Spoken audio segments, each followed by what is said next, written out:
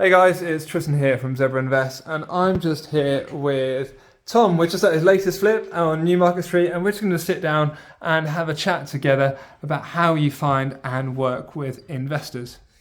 So we're going to go through a few bits that if you're looking at working with investors, or like Tom, you've already been quite successful in finding and working with investors, are going to really help you work when you're doing flips. So one of the bits that we want to cover is whether about deals, whether you find a deal or the investor first, deal packs, kind of helping demonstrate your track record, managing their expectations, and any challenges you might face along the way. So hopefully you're going to find this video useful. So when it comes to it for you, do you tend to try and find the investors, or do you find a deal and then try and, it's a bit chicken and egg really? Yeah, it is chicken and egg. I think if you're going at property in this route and you're trying to find investors to help fund your projects, you need to cultivate your investor outreach actively at the same time as whilst you're looking for properties, because you are going to need to be able to talk to them and show them the sorts of things that you're looking at and why you're looking at them to create the interest for them to be interested in why they would want to work with you. You know, going out and going to a room and saying, I'm doing property and I'm looking for investors, is great, but then when they actually come to speak to you, what have you got to show them? Yeah. Have you got anything to actually say, well, I've viewed this recently and I missed out because of, we just got outbid, but this was my idea and this was the plan. Those things will get your conversations with investors working so much better. I think you make a really good point there. It's especially when you're getting started and you are looking for investors, having that kind of conversation also demonstrates your competence, because I think when I got started, I went down to Southampton. I was at the PIN networking event there, and each week I made a point of actually getting up and saying something slightly different. So this month I've been off looking at X, Y, Z. Next month I'd get up and say, oh, we just had offers accepted on this. It should be a nice refurb. And it actually, with that kind of way of it, it kind of followed people along on your journey, and then they actually wanted to buy in and get talking to you. And also what I found with investors is some of them are in property and are experienced enough to know perhaps what they want. Some are wealthy elsewhere and don't really know much about property, so might act like they know it, but they don't. So it's a bit like when you do those, if you're trying to offer low on a property with an estate agent, you may sort of go, well, it's not really for, you're down talk an offer and sort of go, it's not really for me, I don't really want to offer because it's not going to be worth your time, my time, because it's not going to be enough, and then you can kind of condition them that you're going to go in with a low offer. If an investor is interested in investing in property, but you can give them the, these HMOs that we recently looked at were this price, but we didn't get them, but it would have made a great investment because of all these reasons, then you can trigger enough interest from them to gauge whether they're actually going to want to work with you on those types of projects. I haven't thought about it that way before, but I think that's quite a good idea, because you can then kind of get their taste for what you're looking to do.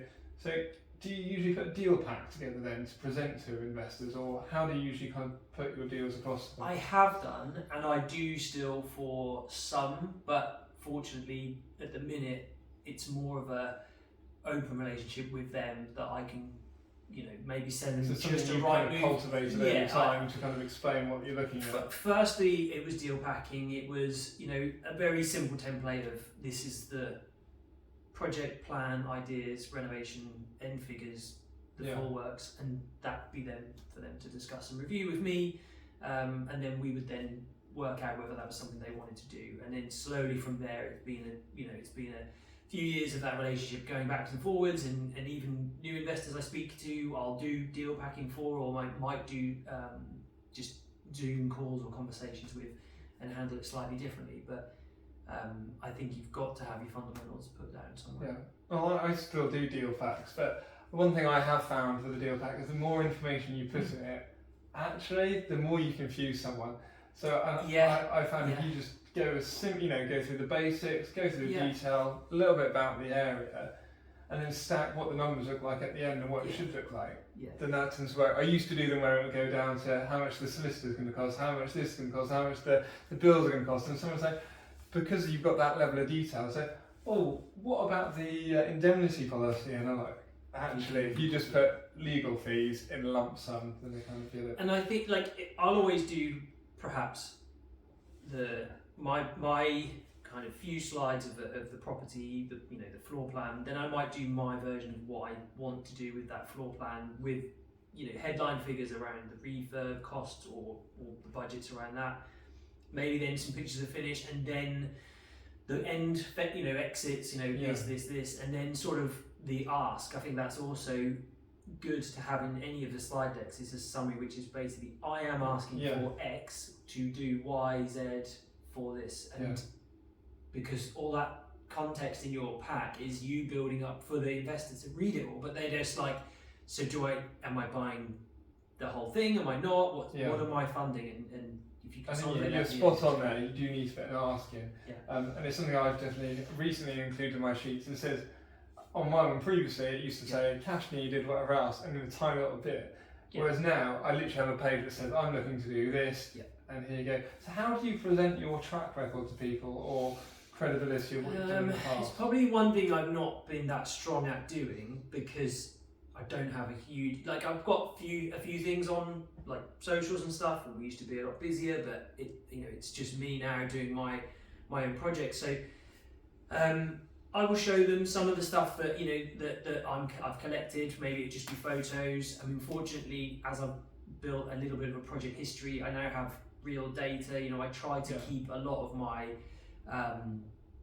annual sort of spreadsheets and facts and figures from each property, so I sort of know that these are real numbers that exist for I think this even one. Even just printing those off, or just turning it into something you can send straight up.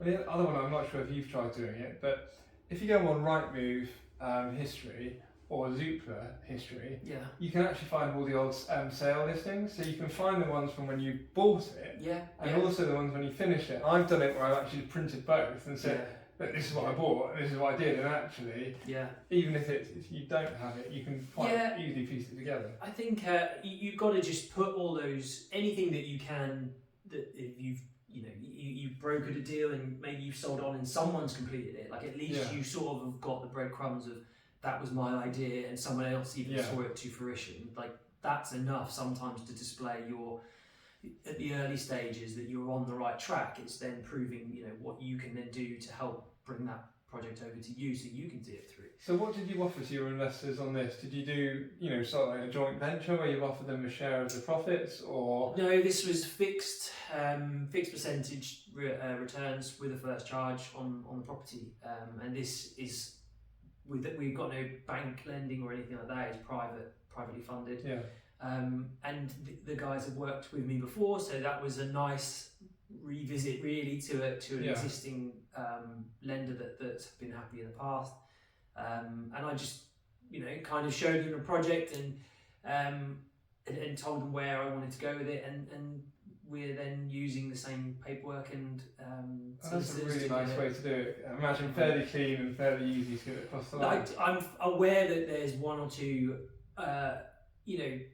projects that I'm doing at the minute that if I said how they came to funding, even if I'd have told myself that a few years ago, I probably wouldn't have believed myself. But it's all stemmed from, I always, and you have to be super transparent with any one lender you're using, because you cannot fudge figures or try to hide stuff or lead them one way and then try and get funding. You just have to tell everything as it is, and that's probably why I think I try to keep repeat business with the people I've been going with. Well, that was one of my questions. I asked, do you think they'll work with you again? But I guess one of the other bit is, how have you managed their expectations? Have you kept them coming along to site, or had any challenges with them? So the first projects I did with them, I had challenges because it was COVID, and none of us saw that coming. When it happened, I just tried to over communicate what I was doing to solve the problems, figure out solutions and scenarios, even to the point where we ended up going over the initial 12 months term. But I was factoring, I will pro-rata, additional interest for these extra months,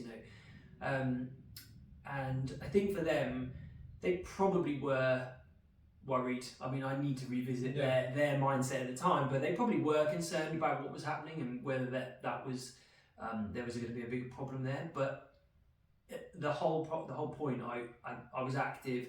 I was trying to display sort of just management credentials. So I'm trying to be an MD and sort this out so we can all get out. And we did, and I didn't make a huge amount of money on that one because of the market that changed. However, I paid them what we owed them, and then they came back and we did another one, and because exactly of that, what they want. That's why you get someone to work with long term. I think that's your relationship building process. Is don't look at an investor relationship as deal by deal. You've got to take it as a what could we achieve over a longer period. So it sounds like they're likely to do more projects with you. I hope so. Touch wood. They have expressed that. Yeah. Good. All right, Tom. Thank you very much for sitting down and joining us today. We've got a few other videos heading out with Tom and I on it. So hopefully you've liked this video and you subscribe to this channel if you want to catch them, see any of the rest of them. And if you've got any comments or questions, please do drop them in the below. Cheers.